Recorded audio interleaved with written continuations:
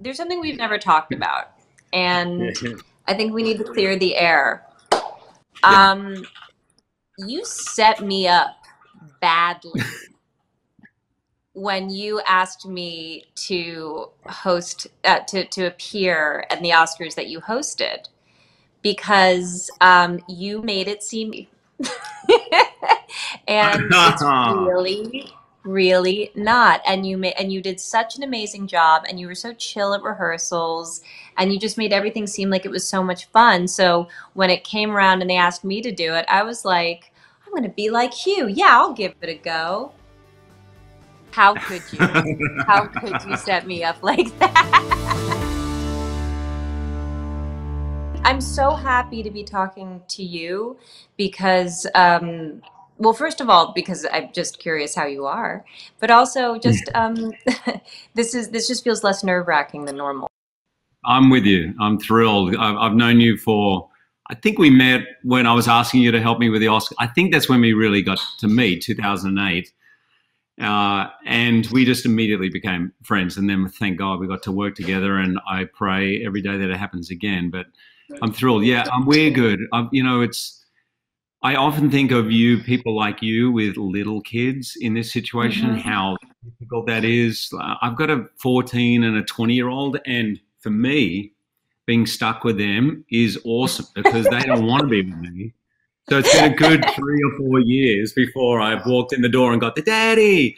I walk in the door and say, like that one. So I'm still getting the sigh and the eye roll, but they're with me whether they like it or not. How about for you? Like, how's it been for you? Honestly, I've got to say we have everything we need, and so and thank goodness so far we've been spared the worst tragedy of this time. Right. So we've just been spending a lot of time together. I think the first week was really overwhelming while we were just trying to figure out how to do school and take care of everything. I think we hadn't realized how much we relied on people, and so Mm. getting back in touch with what the weight of our lives actually was humbling and the right thing to do. And now Yeah. we're just in it. We're kind of in the pocket of it, and we've got a routine down, and it's a magical age. And I've got to say, not for nothing, Jack said mama uh, on a day that I was supposed to be on set, and the movie got pushed. So, I feel like you have to take Good it for all you. in, take it all Of in, course. and this How is old's Jack? time that How old is Jack? How old's Jack? Jack Jack will be on the 24th. So he's 6 months old right now, and Jonathan turned 4 in March. So, it's a really sweet, sweet age. And how's Adam? Send him my love, will you? I haven't seen him I in ages. will. He's You good. know how he is. He's great. I know. He's always, there's no one more. There's no one more zen, chilled I know on the planet. And If you're I've seen gonna him in be crazy situations. if you're going to be quarantined with another adult human, my husband is the one. By the way, I bet you would say the same thing about Deb. But Adam's always welcome to come over. But Thank yes, you. because Once we open up our bubbles. My Deb makes any situation, she could have fun in a paper bag. She really She could. could. So, yeah. So we've been I having think fun. I was just going to say, I think Adam's the same way, and that's great for people like us because what I learned about you when we were on Les Mis is that you're actually, because you're so charming and you're so unflappable, but you're actually really serious. And in terms of how you prep work and how you commit to Yeah. a project and your ability to just sort of laser in on what be done. I think that that's something that people don't totally understand about you because you are so charismatic and because you do have the musical theater thing. Right. And so Right. I think that someone like Deb is great for you because I You, think, yeah. you guys You complement each spotted that. other. Not many people spot that. You're absolutely right. I'm kind of a little like my dad in that way. Things can become very serious, blinkered. This is what we need to Hmm. do. Nothing will take me off my course. And it can be a little boring. I'm sorry, these things are pinging. I try to turn it off. We're just going to go with it. Um, but I can just be a little serious and a little boring. And actually, Deb will kind of say that to me. She'll be like, "Hello, hello." Like, okay, we can have some fun here, you know. So she's awesome for me. I never found you boring. I was just it was a because it's a very comfortable depth with you. You know, it's not you're not someone who actually rushes to fill silences. You're Mm. always up for a laugh, and like that. So when I say that you're serious, you know, you love a laugh, and you do love to have a good time. But anyway, it was something I felt like that really because you're number one on the call sheet with Les Mis, I feel like that made all of us stand up a little straighter and dig a little deeper and not Mm. get caught because I feel like with musical theater it's so easy to get caught up in the joy of it and the Right, just the pleasure. You're so few people get the gift of expressing themselves in that way. And so when right. you're working on a project like that, I feel like it's very easy to get carried away by that. But I just felt like you were just so focused on what the story was and who your character was. And, you know, I'm sure I'm speaking for everybody when I say how inspiring that was to be around. Thank you, thank you. Well, let me return the compliment by saying we rehearsed for 9 weeks, and I remember your first rehearsal. I remember we were up in that little room upstairs with the rehearsal pianist, and we were doing the thing. And I walked out of that rehearsal, and I said, I rang Deb and I said, whatever money you have, put it on Anne Hathaway winning the Oscar, because in our first rehearsal, I just saw an Oscar-worthy performance. Oh Literally, my I was just God. no, of course I didn't tell you, but it was astonishing. It was astonishing to me, and I love that when you kind of get blown away by actors. We all know in rehearsal, I know what you're going to sing. I know your dialogue. I've read the scene. And I was just literally just like, what was that? It's like you played basketball my whole life and someone comes on and you go, oh, that's basketball? Oh, that's basketball. That's how it was. But I'm very grateful for you for many things, our friendship, your support on that, because it was an intense time. And it was a weird, I don't think a lot of people understood. Les Mis, I had maybe 3-4 songs, but you had sort of one really major song, right? You know, people had their song, their day, but you had a day. So it was kind of like the Super Bowl. It was like an opening night on Broadway. It wasn't like films where you get into a rhythm. It was, oh, on Thursday, I sing my song. How's that? I got a sore throat about this. And so there was this for everyone. And it built a camaraderie, I think, between us, don't you? Like everyone felt for each other, that feeling of pressure. Like, yeah, it's your day. Don't screw it up, that thing. Well, and that was what was so great was because, you know, my favorite type of movies to do, actually stage work as well, are ensemble pieces. And I feel like it's Mm. because everybody does get that little moment, but you're all helping each other along and you're all, and I always find in ensemble pieces, there's so much listening that happens to each Yeah. other, quiet support of each other. And, um, you know, I'm always so grateful when I'm on a set and my cast cares about my performance as much as I do. And so Mm. they're protecting me just in terms of the zone energy of the day, just in Mm. terms of not creating a distraction. And I've got to say, I'm just going to tell a story, a name droppy story for 1 second. Because normally that's something like you build up to. And when I was working on Devil Wears Prada, I remember Meryl had this one day, and like it was the scene where Miranda takes all of her makeup off, and she has that mom. She's describing kind of the cost of being who she is. And Meryl, just the entire crew knew what she had to do that day. And I've never seen a crew work more quietly, more intentionally, and it was amazing. Anyway, that was just a tangent. That's one of my favorite things about doing it. And I felt like on that job, we all really shared the lift of it, Yeah. and it was beautiful. Your researcher on Les Mis, you did all this, came to the set with all this research, which I actually found through Tom Hooper, our director. He said, you should check out this research Gan's done. It's like really good for everyone. And and it was unbelievable because Amy, I get confused. Is it Amy Stevens or Amy Hammond? One is her family name. I know her so I well. hope it's Amy Hammond because I've sent her a bunch of monogrammed stuff. and it's always AH.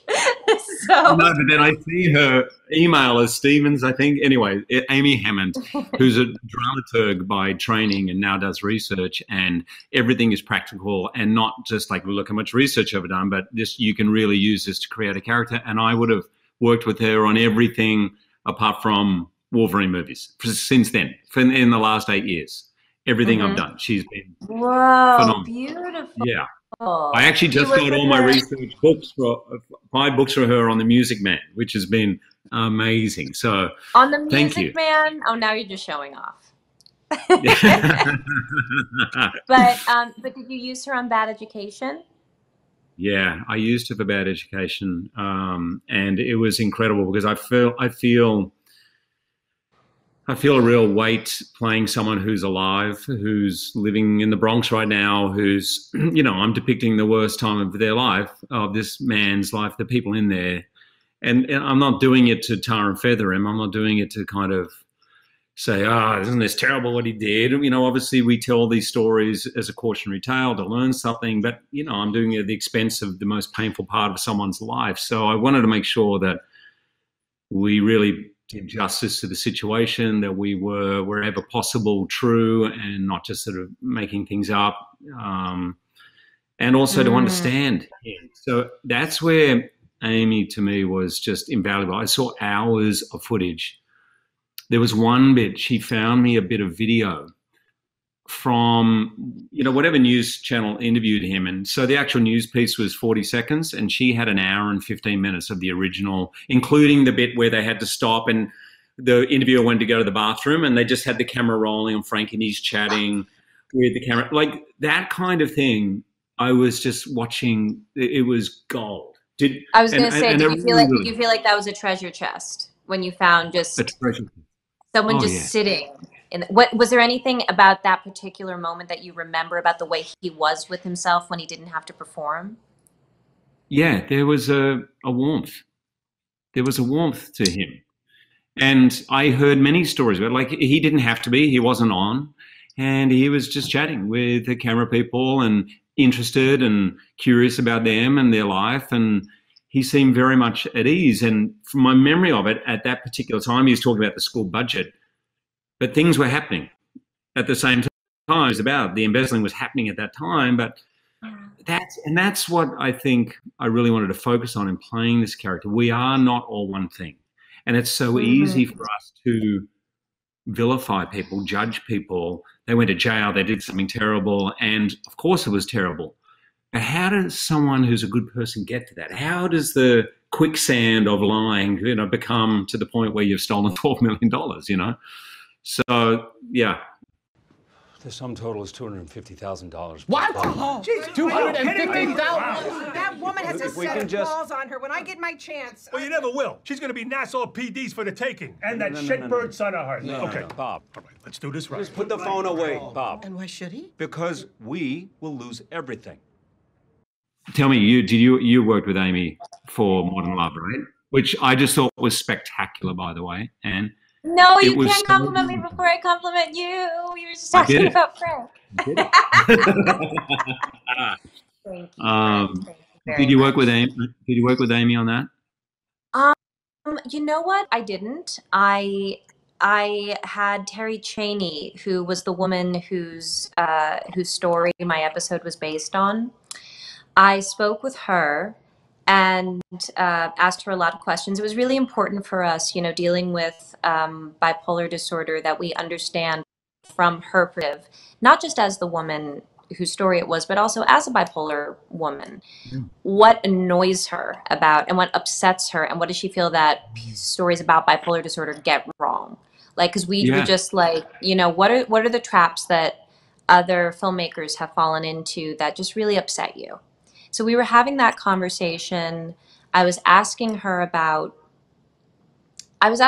lot about the physicality of it, and just her experience. And then right at the end of the conversation, she says, and by the way, I wrote a book. And I said, oh, you did? And she said, yes, I wrote a memoir about what it was like to come to terms with being a bipolar person or someone who has bipolar disorder. And I was like, may I please read that? So the script was so vivid. My conversation with her was so, to me, felt so complete. And then the book answered everything that I could hope for.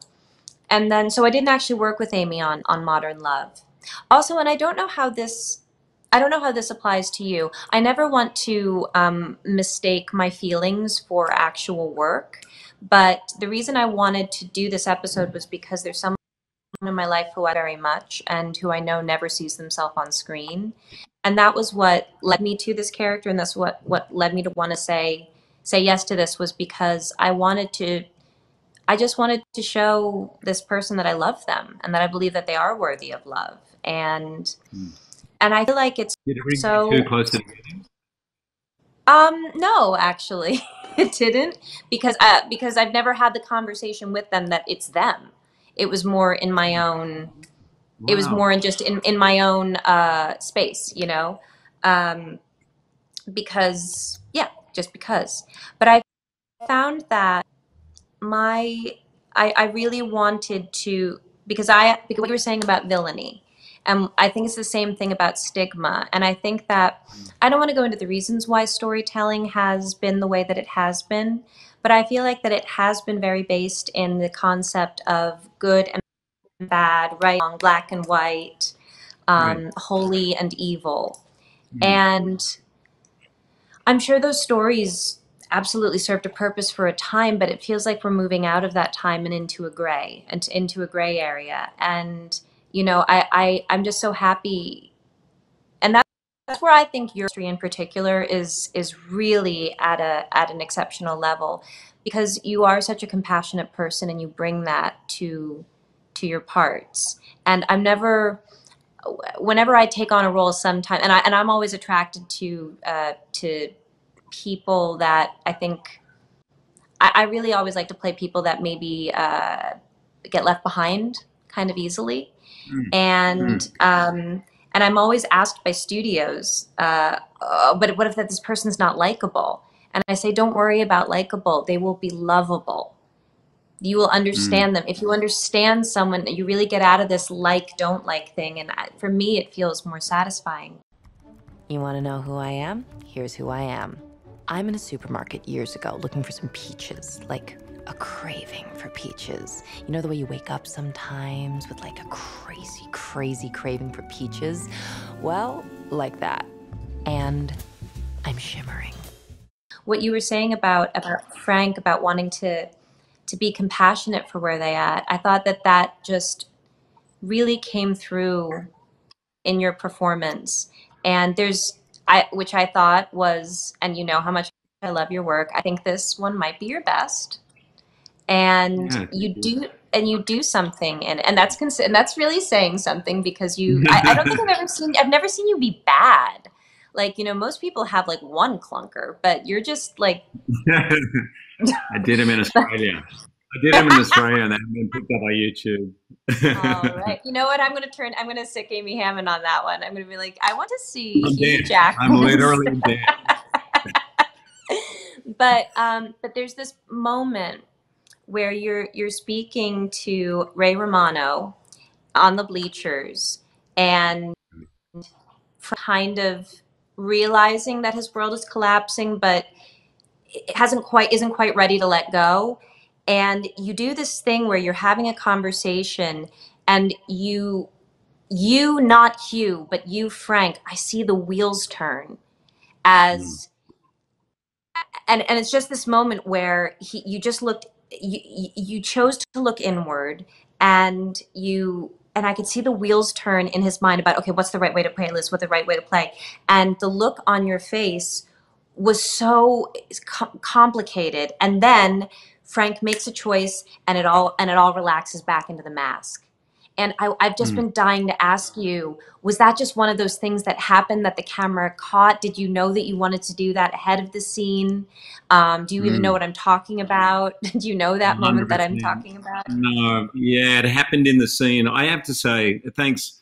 I'm really a bad judge of my own work, but when I saw this, if I can be objective, I was like, oh, there's some stuff in there that is some of my better stuff that I have seen. And I think what happened was working with Corey Finley. I know it's a weird thing to say, but I think it's because, and that scene is an example of it, I really made a conscious effort to not plan too much, not control too much, because I do a lot of work. I like to work a lot. I like to rehearse. I'm like you. I like to research. I like to know. And I think I've been guilty in the past of that being a little bit of a ball and chain in the scene. That, I mean, if you do a certain amount of work and you make a certain amount of choices before, you probably won't be bad. But actually, I think you need to risk being bad. And so if I can think back to that, I remember that scene really well.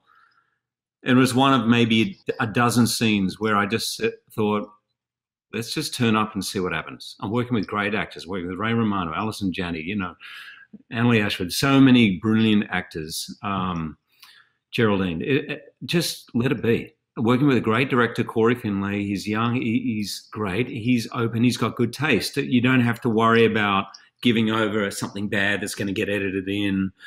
And so I think a lot of that happened. I remember we did a bunch of different versions of that scene. Somewhere he broke down crying, somewhere he was just angry and very defensive and I'm not going to admit anything. Others where I'm your best friend, Ray. And all along, I always saw Frank as someone who felt that he was in charge. He could make things perfect.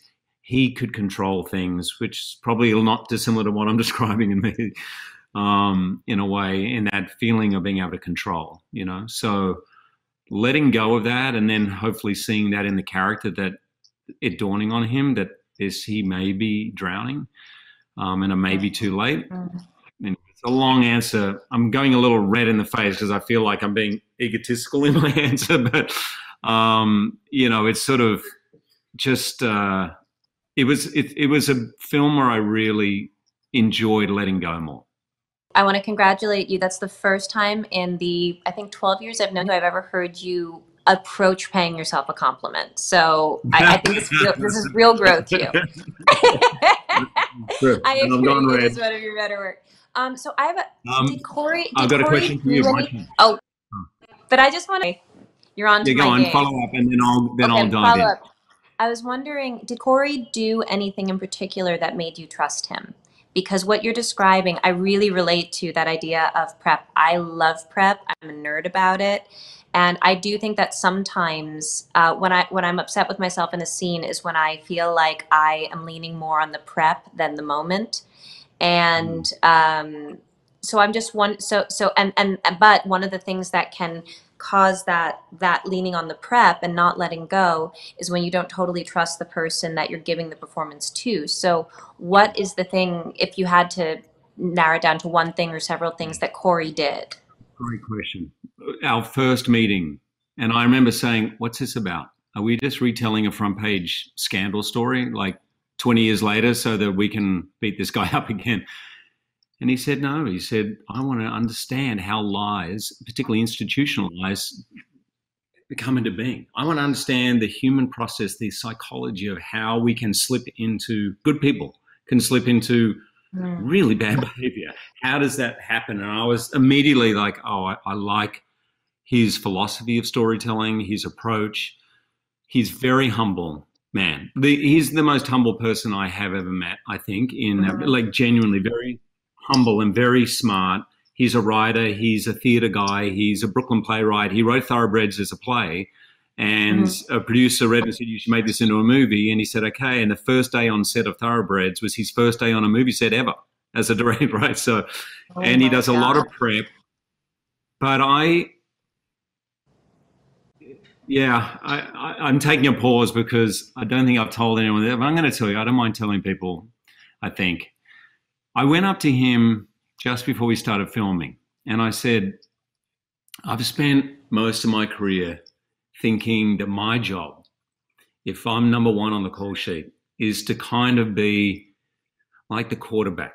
Like, give me the ball, coach. Don't worry, I got this. Give it to me. Like, don't worry. 2 minutes to go. We need to score a touchdown to win. Give me the ball. And because I always thought, no one, you don't want to get to a close-up on the biggest scene of the movie and say to the director, I'm just really nervous about this one. I don't know I don't really know what to do, but let's dive in. And I made the choice probably because of who Corey was. I could tell who he was as an artist. I made the choice to just be honest with him. And I would say to him, like, I feel weirdly self-conscious today. Or I'd stop a take and go, this is really bad. Can we just stop for a sec? I just feel nervous. I'm in my head. And I would go in bright red. I would immediately, and I would pull him aside and say, I know this is one of the 3 really important scenes. And I just feel that pressure. And I've always felt it, but I've never said it because I thought I'm A, bit embarrassed, and B, that's not going to help anyone. And then you can have everyone at Video Village going, what?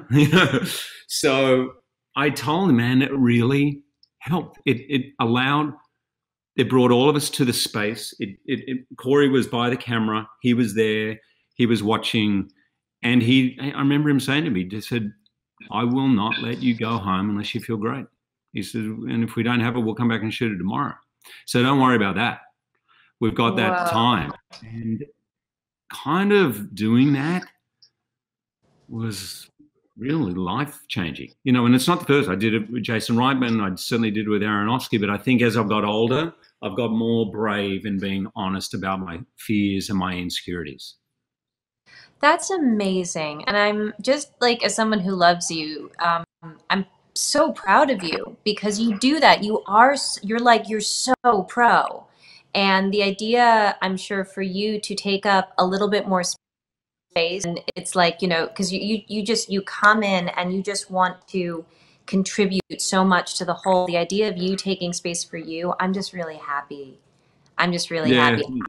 I don't know how to do that yet, so we're gonna have to have a follow-up about that because I don't know. You, I remember saying to you, I remember Les Mis, and I said, I'm so glad we're doing this live because I just hate recording. I get so self-conscious. And you said, hey, you just haven't had enough wine. Do you remember saying that? Oh, yes. And I said, what? I said, really? And she goes, oh, yeah, at least a glass or 2 before you record anything. So you can be vulnerable and very helpful. I mean, this kind of behavior goes beyond the bounds of immoral. It's cruel. It's heinous. It's sociopathic even. Sociopathic? What? Shameless self-interest, the unstable personality, the parade of rotten marriages. Frank. There are 3 things I want to ask you about specifically with your performance. I found Deb and I watched it and we were so moved by it. First of all, this is actually a 4th question, but I love John Carney. Like I love him. I've spoken to him a couple of times and I would love to work with him. Tell me about that experience of working with John. Well, so John, I'm a huge fan of John's work, and I don't remember what movie I emailed him after, but it was just a note or something, just being like, "This is incredible, big fan of your work," and we just kind of had an email relationship for close to 10 years, where he would send me something and I would send him something, and we could never find the thing. And then one day, out of the blue, in my inbox was this script.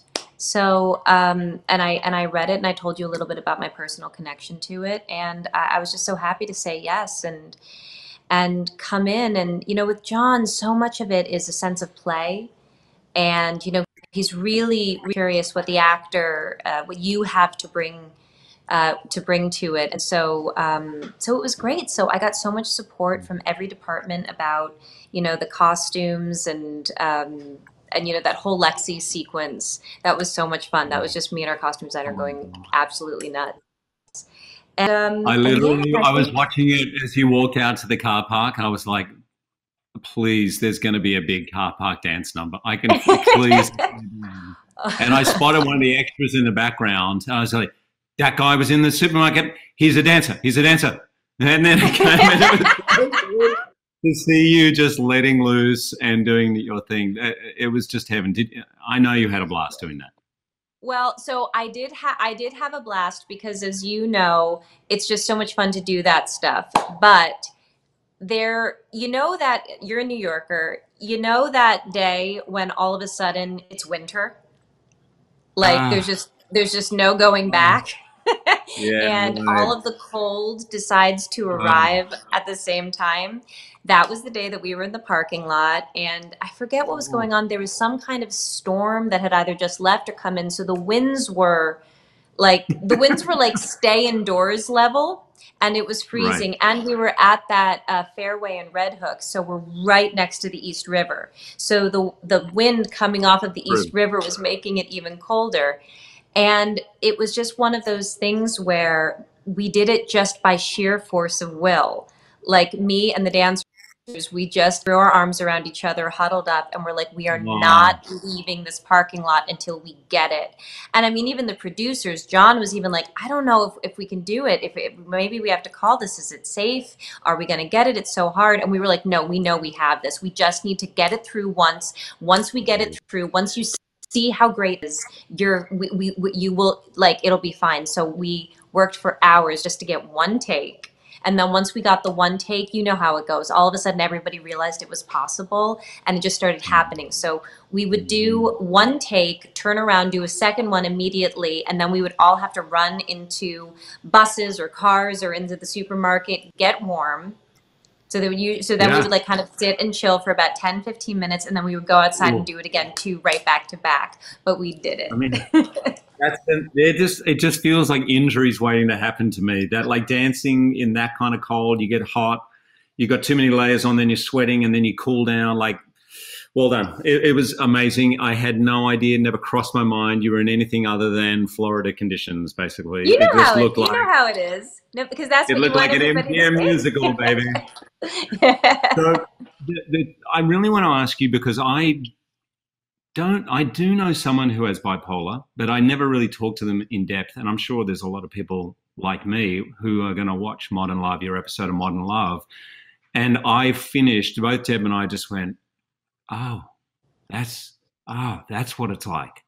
And obviously you had a real case to go on. I really want to ask you about the moments from memory. There's at least two graphic moments where the down, I'm not sure what you call that moment, that cycle, when it comes on. And I was like, that's what it's like. It's that immediate and that debilitating right away that, within a minute you're in bed and then you're there for 3 days. I'd love to hear more about that because I thought that was fascinating. Well, I think that one of the things that I learned after the episode aired was, like me, like you, everyone has someone in their life that has either bipolar or something Mm, else, something that requires a little more space and education. And that's the thing that I can never understand is if we all love someone, why on earth are there stigmas about it? And I have to think right, that it's because there is that awkwardness of not knowing how to talk about it. Um, and a lot of people told me that this episode gave them an opportunity to talk about it. So I was really proud to be a part of something like that because I do think that and I learned that from this. When I really understood the weight of walking around with a mental condition, I realized I'm like, it's not up for people who are already working so hard just to live to make mm, space for themselves. It has to be the rest of us who, mm. it has to be the rest of us doing that work. So, um, and I just thought to myself also, whoa, we really need more representation of mental health in art if a 32-minute episode of a rom-com anthology is speaking to this issue and making people feel seen in a way that they never have been before. We need to be showing up as artists, and we need to Right. be doing that. So which leads to my answer to your question, which is I don't think it's the same for everybody. I don't think that it shows up. I talked to Terry about that, about whether or not that was an accurate representation, and she said she was comfortable with that representation, and I think in my own experience in life, when my moods have shifted, I don't know, I won't even go to the reasons why, but I've had moments in my life where my moods have turned on a dime like that. So I went with that reality from my own experience.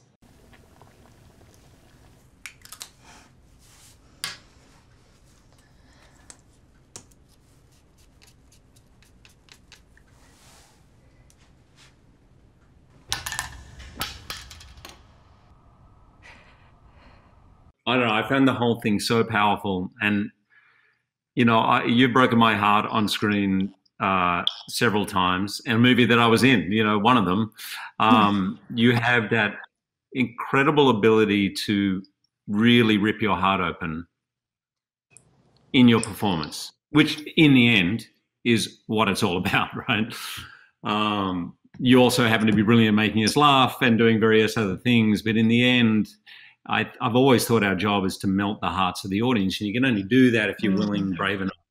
But the scene in the diner with your co-worker, and I don't know the actress's name, I'm sorry, but it was so, I completely cried watching that, because I do believe that all of us want to be seen.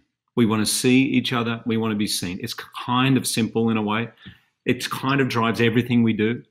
And we spend a lot of time building up masks, weirdly, to kind of cover, because we're a little either nervous that we're not enough, or I can't show them that, which is a little bit of what I was describing in my process just 10 minutes ago. But that in that moment, the release that you could feel as an audience in watching your character finally just speak all these things that have been held down, terrified of people finding out, it's over for me, all that fight or flight that happened, but no one can find this out, or it's all over, was so inspiring as an actor, but as a human being. It was so beautifully done. Now, I'm going to ask you a similar question to me. What were you thinking going into that scene, and how did that scene transpire? Did it transpire in a different way than what you thought it would? Yeah, that scene did go a little differently. And I remember when we were making Les Mis, like every time I had to do something with you, I was so grateful that it was you, because I felt held and cared for and seen. And I just knew whichever direction I was going to cut, you were going to be right there, because that's who you are as a person, and that's who you are as an actor. So Quincy Tyler Burstein, who was my co-star, one of my co-stars in Modern Love, is that kind of actor. She is who you want to be with in a scene. She's who you want to be with in a scene when everything's going perfect. Mm-hmm. But not a lot of things went perfectly when we were shooting the scene. So she was especially who I wanted to be with in that moment. Unfortunately, and I think this just happens sometimes when, you know, you're working on a job and everything's moving so fast. And I really feel for all the departments, you know, doing a TV show is very different than doing a film. It shoots so fast. So unfortunately, a location was chosen that was underneath a subway platform. And that was where we had to shoot that scene. So we have this 7-minute long scene, and we had trains going by every 2 minutes, then every 2 minutes after that, and then we would get a 4-minute break, and it would do again, and then we would have 1 minute, and then the train's pattern would start up again. So when we were shooting that scene, we would have to, we couldn't stop. So we would be doing the scene, and she would say something, and I would be getting ready to say my line, and a train would go.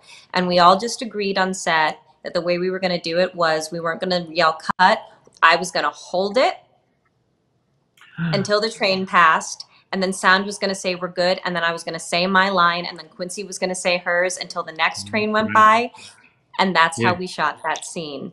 And the thing about it is, and it was such a lesson for me as an actor, because as much as we want to control the circumstances in which we shoot, and you know, and as great as it would be if everything was always perfect, the scene cut together fine. you know? So if I'd, and the way, and Quincy and I just made a decision that we weren't going to let anything throw us. We just, I wasn't going to get pulled away, and I was just about her and she was just about me. And I'm so happy, because if we let annoyance or frustration or any of that stuff creep in, it would have undermined the scene, and it would have probably shown up in the final edit, when by keeping it out, the only thing that was in the final edit was the scene itself. But yeah, that was hard. I'm so glad you told me that. I mean, it's a beautiful scene, but from both of you, it really is. I remember both of you. I was blown away by that scene. You have no idea that difficulty is going on, but it is a great reminder that if you stick with each other. Yeah. And you didn't allow everyone else. You didn't allow the energy to break. You didn't allow that sacred space to change. And so then you end up working with that. The it felt sacredness very of the space. Yeah, you know how it is. The sacredness of the space isn't defined by the perfection of the space. The sacredness of the space is is defined by the intentionality of everybody in it. And everyone just shifted their attention, and we just said, okay, this is what it is. This is how it is. We all wish it would be differently. Let's not blame anybody or get caught up in, let's not throw anything or have any of those things, because that's not actually what the thing that matters the most is. The thing that matters the most is telling the truth, because you're right. Yeah. And I believe it was the strength of the story, Quincy's strength as a scene partner, but also the strength of the writing of that scene. That's even something that was so far away from the way you want to be shooting a scene like that. The power of it still all held us in place and held us in where we need in order to tell the story. So, yeah. You just reminded me there's two directors I've worked with that don't allow cell phones on set, Darren Aronofsky and Denis Villeneuve, and both of them had exactly the same reason, which is exactly what you were saying. It's about intentionality. And both of them talk about the space being sacred. And he said, I don't care if you're 50 yards over there. I need, you've done your job, you've set up the scene, you're not needed right now.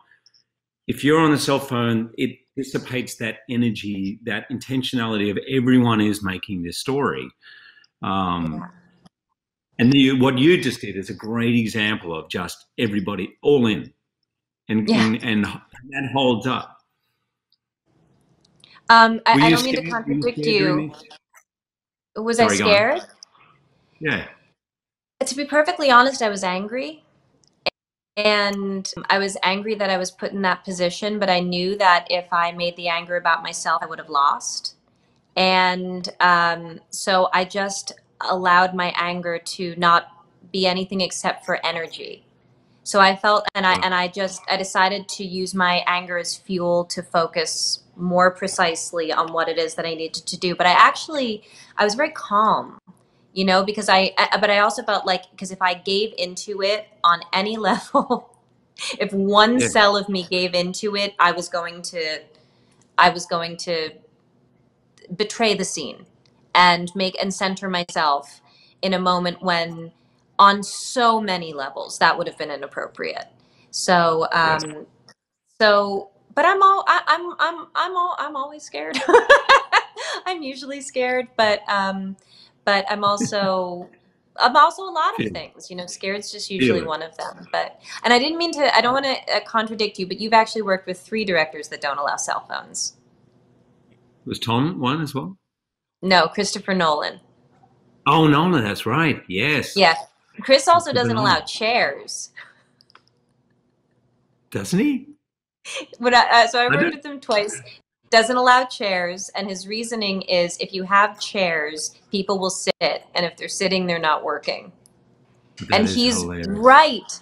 And he's right. And he winds up, he has these incredible movies in terms of scope and ambition and technical prowess and emotion, and always arrives at the end under schedule and under budget. So I think he's onto something with the chair thing.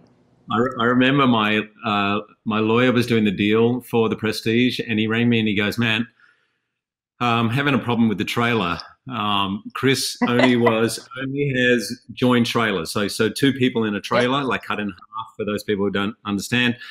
And, you know, you're at the point of your career, you know, you've spent years of having your own trailer. You're at whatever it's called, Class A, blah, blah, blah, blah, blah. I've never been particularly fussed about trailer, like, but he's like, man, I've done all this work to get there. And so I said, listen, I don't really care. He said, let me talk to Chris. And Chris rang my lawyer and he said, here's the thing. I understand people need a trailer if they're going to hang out in their trailer. He goes, but Christian Bale and Hugh will share a trailer. I promise he will never sit in his trailer for more than 1 hour. And I promise we are done at 7 p.m. every night and we'll be home. And I was like, I'm in. And he was true to his word. Yeah. Why do you need an apartment on wheels when you're never in it and you're actually working? It's true. Yeah. It's true. And by the way, just in case any actors are watching this, it is a lot more energy efficient to have fewer trailers and more of us in them. So just in case 100%. you're thinking more sustainably about how to do it. Vegetable counter. My ostensible search for peaches was in reality a search for adventure. Maybe even love. I just didn't know it at the time. If you can find love in a supermarket early in the morning, you know you can trust it. I'm gonna jump in. Okay. You dropped Christopher Nolan nicely. Yes. Well done. 2 films. I like that. Talk about Catwoman. Sorry. That's okay. Oh. Can you talk to me about Catwoman? Talk to me about that whole experience. You know how you have those jobs and you just go, I don't know how I'm going to work again because this was such fun. And it was just,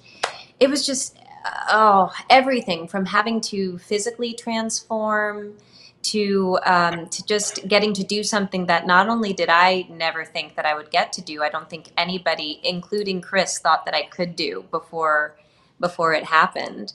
But I was just, you know, I'm such a director nerd. I love just seeking out the best directors I can and then just watching them. And Chris's whole approach to filmmaking is one of my favorite ones because to me he's just streamlined the process of making a film so he's broken it down to its most minimal, but also his movies are just so huge and ornate. And so that combination of just really being intentional about what it was that we were doing. And also he's just so inspiring. But yeah. And I also appreciated in a completely different way how strong you have to be a superhero. Like when we started, Chris sat me down and he said, this conversation with you, it has nothing to do with your appearance. If we shot tomorrow, I'd be so happy. When we did Inception, Joseph Gordon-Levitt trained for, I think it was like 12 weeks to do a 4-day stunt sequence because he wanted to do every shot. I want you to do as much of the stunt work as you can. So I need you to be strong enough to do that. I can't have you be one of those actors that does 1 take, 2 takes, and then you're too tired. I want you to do everything. So like that was what he told me to get me to embrace the physical side of the character and really commit that. What was it like for you as Wolverine? Because I had to do it once and it was really intense, but how many times did you play Wolverine? I did 9 movies, but a couple of those were like cameo-ish sort of things. So really 7 movies and I learned so much like over those years. I remember I got cast Wolverine, they'd already started filming. I was cast 3 weeks into filming, I think. Well, I started 3 weeks in, but they'd already started when I had my audition. They were filming that day, and I did a screen test that night. So I turned up, and you can actually go back. There's a couple of split screen shots going around the internet that show the difference. And the first day on film, I had to have my shirt off. And Brian Singer didn't tell me anything at the time, but later he said, I could only shoot you from here up and have the camera low. Because I remember thinking, I'm looking at the comic books. I'd never read the comic book before. So I'm looking at the comics. I'm like, how long do I have to get ready for this? And they said, well, we're shooting in 3 weeks. I remember thinking, 3 weeks. I'd never buffed up for anything really. I was like, I think 3 weeks you can get buffed, I guess, if I go and hit it hard. So I went to the gym. No, the scene that introduces my character, they moved to the end. So it took me 6 months. That's where and then, of course, by the time I finished Logan, I was almost 50, where it takes even longer. So I just learned what it takes. And for me, in some ways, a difficult physical regime is okay, because I don't mind hard work, particularly when there's a map. And physicality, there's a map. Like, eat this, train this, it's going to be hard, you have to sleep this. And in my mind, because I do take it seriously, I feel so blessed to have the part, and I'm taking on a character that's so beloved to so many, I'll commit to that every day of the week, right? I'll give 110%. I find the hard bit of our job is, okay, the last scene of Logan, for example, where my character's dying, and I have, I think, one of the most beautiful lines written for the character, which is now I know what it feels like. So this is how it feels, which is a dual thing about family and about dying, right? And you just have to be there in that moment and feel it all and trust. You can't just, there's no menu or workout schedule or that's going to make sure that it's fine on the day. That mental side of the job, I think, where you're at your best when it matters most, and you're most open and relaxed when the pressure is highest, that part of the job I find, I suppose, in a way, the most intriguing. And the more I do it, the more sometimes frustrating, but actually enticing. But the physical side of it, I think I was okay with. I think I'd done a lot of sport when I was growing up. I was really into dance, so there's certainly something about dance in all the stunt work. You must have found that, right? It's really a combination and also of just training as a dancer like gets you ready to train to do stunt stuff, because you're just prepared to, you're like, okay, I'm going to be on my feet doing really hard things 6 to 8 hours. That's not that part doesn't scare me. You're aware that that's possible. I just want to go back to that scene that you were just describing with Logan. Were you in that space where you're like, I don't know if I'm me or if I'm the character right now? Because it occurred to me that, you as Hugh were saying goodbye to the character at the same time that Logan was saying goodbye to his life. So can you tell us more about that? Yeah, no, that's another great question. Yeah, there was so many crossovers by the end, because I think I'd played it for so long. I'd had with Jim Mangold, the idea, I knew it was going to be my last one way before we wrote it. I just made that decision. So there was a weight of expectation, that I've been carrying. And I'd felt maybe for 15 years that Logan, or that film, was there in that character. I wasn't sure if the studio would allow it or if the world would want to see it, but I felt that was doing the character justice. So basically what I'm saying is I was super invested. And I felt so in it. And again, I was working with a director that I worked with 3 times before, who I trust implicitly, Jim Mangold. And I remember when we shot that scene, we were shooting very high altitude, and there was thunderstorms going off everywhere, and we had to shut down. And so he just said, we can't do this big stunt scene. Let's go over and do that. We'll just go and do the death scene. I'm like now? And he goes, yeah, because everyone else, I can't have the tank or the thing, metal. I'm just going to have you and Daphne, and if you could just do that. I'm like, all right, okay. Which was probably, he knew that's best for me. Like, it's better not for me to think about it the night before, worry too much, Wow. So we got down there and we were shooting the scene, and he came up and he goes, you good? I said, I feel really good about that. And he goes, it was like the second take or something. Like, Daphne was 11. She was fantastic. So I said, shoot Daphne, just shoot Daphne. And so we shot Daphne, and then he turned around on me, 2 takes, and he said, are you good? I said, I feel good. And he said to me, he did one of those, and he goes, let's just keep going. Let's do another. I said, You sure? I feel okay. And he goes, man, let's just stop the clocks. Let's not worry about everything.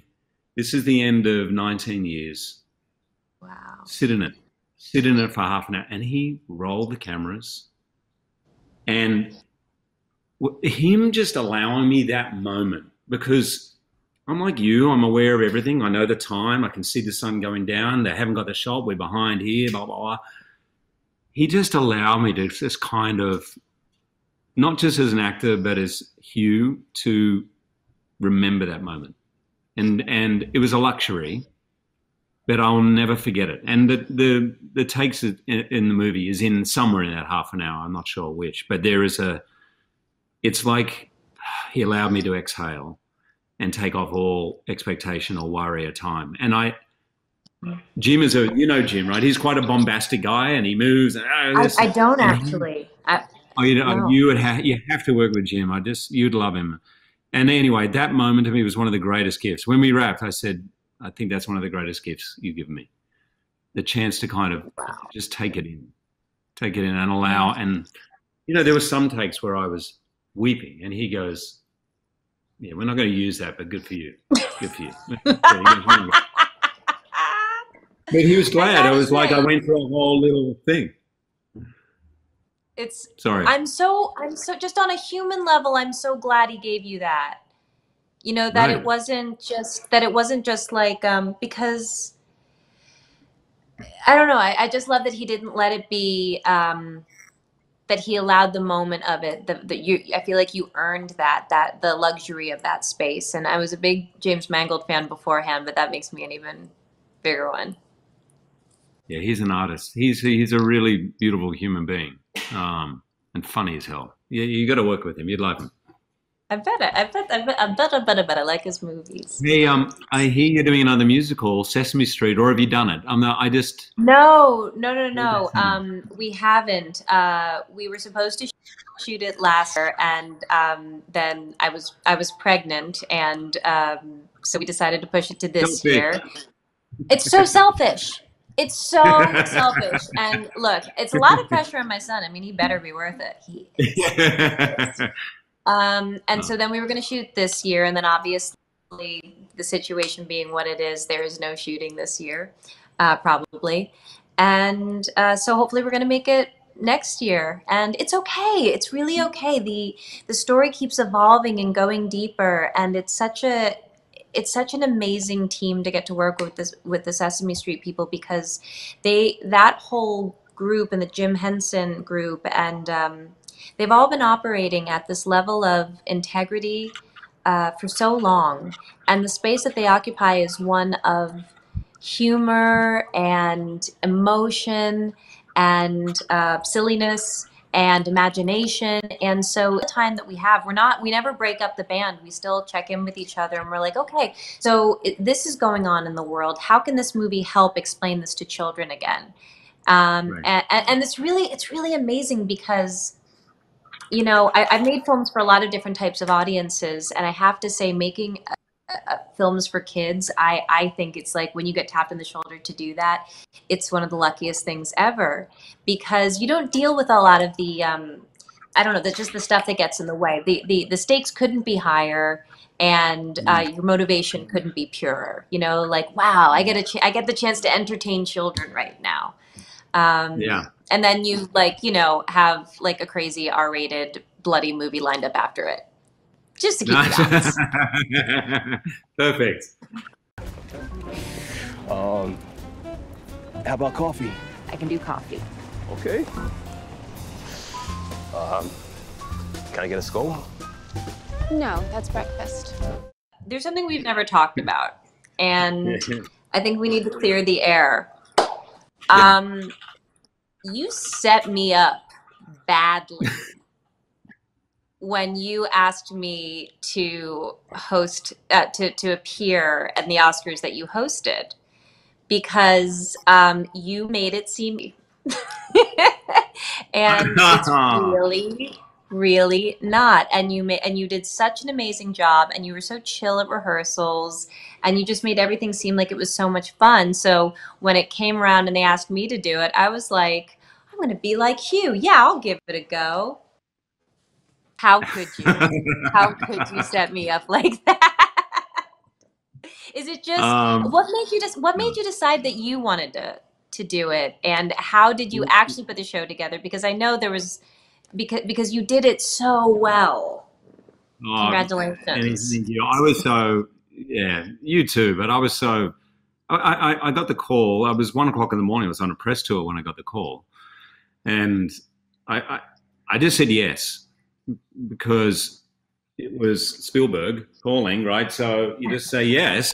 And Yes. I'm also like a kid from Sydney, Australia, right? So I grew up watching the Oscars. Like I've always had this thing. If you're scared of something, of course I was scared in the minute, and of course I was like, alarm bells.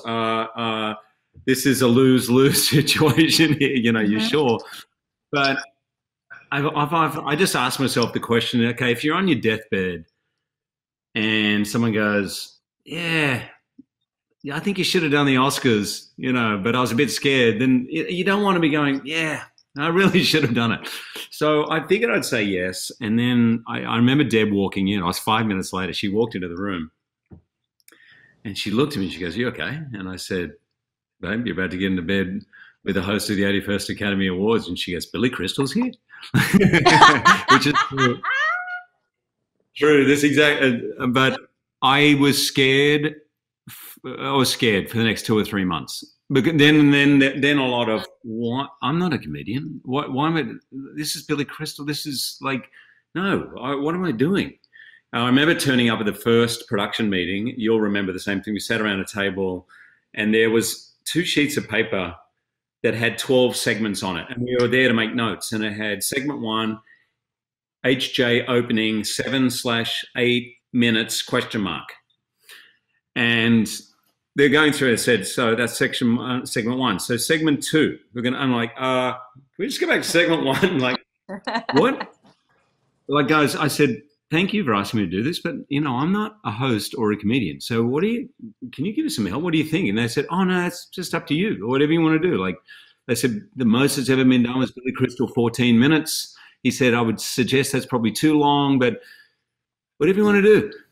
And I was like, then I was really scared until we had the idea, the recession had happened, and Rob and Dan Harmon and Rob came up with the idea of the budget Oscars, and it made me laugh so hard. And I was okay from then. You know, when you just go, oh, we've got a really good idea. Like this is not Hugh Jackman, go out there and be funny.